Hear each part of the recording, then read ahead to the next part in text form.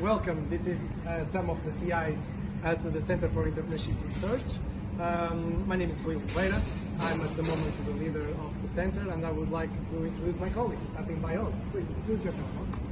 Hello there, I'm Oz from the School of Management and part of the ACE team. I'm a senior lecturer and also the subject area coordinator of the new Entrepreneurship and Innovation major.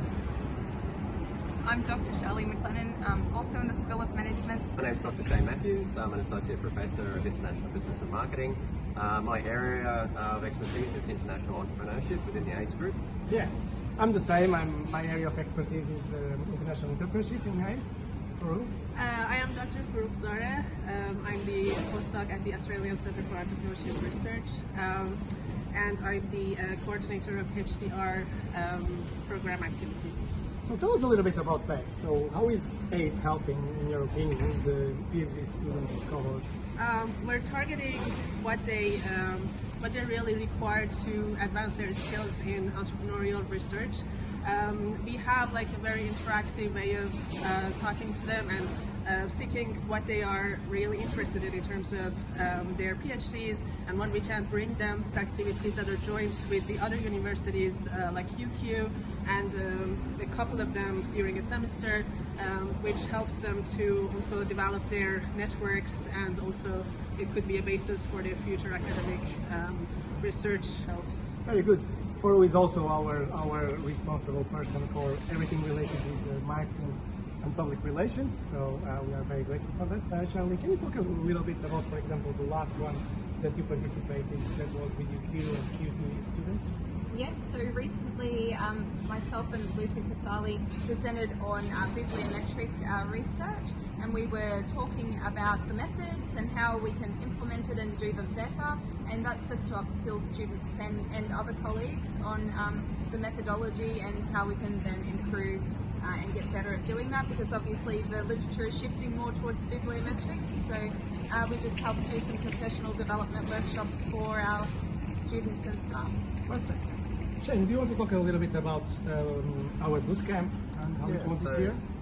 We were very fortunate enough to spend a few days together and have quality academics that were giving insight about their particular areas, whether that be industry, methods and things like this, or all of the early career academics and PhDs put a paper together, and they were given a very good kind of feedback session that lasted about an hour.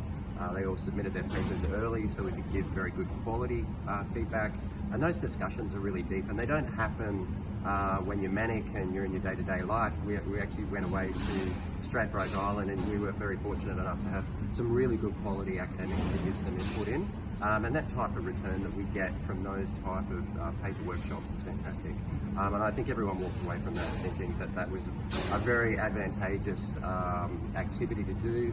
We all kind of take time away from our families and our social lives and things to do that, but we were very committed to make sure that we improve the quality of our research here at QUT, and that's done through the ACE group. Yeah.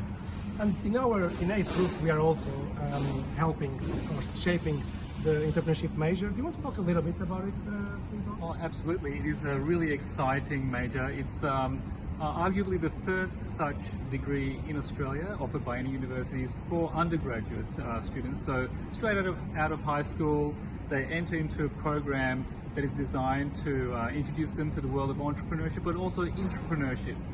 So graduating from this degree, they're not always going to start up a venture.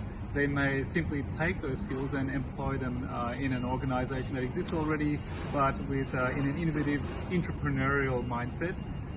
It's a wonderful program that allows students to actually create little ventures of their own throughout the program, seek funding to develop product and services, and hopefully even launch these into the market once the degree is over. So really looking forward to launching that in 2023. Fantastic. So the last thing I want to talk about is our, of course, well-known and renowned conference, that is ASEER 2023, that is going to happen in February, where top academics in our field will join us here in Queensland. We are the organizer institution, but this year it's going to be hosted by UQ. And overall, I think this reflects a little bit some of the activities that we do. Our main component, of course, is research, but also developing the capabilities of the students. We have a cohort of more than 30 students at the moment, PhD students and master students. All right, I'm Michelle Keefe, I'm a PhD candidate and I'm part of ACE. Hi, my name is Ulrike Fendans and I'm a PhD candidate and now part of ACE. Hi, I'm Matt Dunstan. I'm a HDR student in ACE. Yeah. So my name is Macarena. I am a final year PhD student at the University of Sydney, and I'm also a lecturer at Fed Uni, which is in Ballarat in regional Victoria. Being a HDR student is a bit of a lonely job, I find. Lots of time with your head down, staring at a screen, you know, kind of doing things on your own, occasionally checking in with supervisors. The ACE events just make me feel like I'm actually a part of the university community, and certainly, you know, kind of the closer ACE family.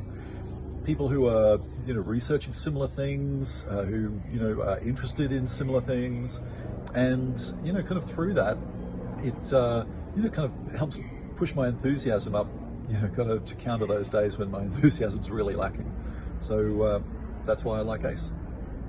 Thanks to its key researchers, its international collaborations, and its emphasis on research excellence. And ACE is an amazing place and a great group to be part of.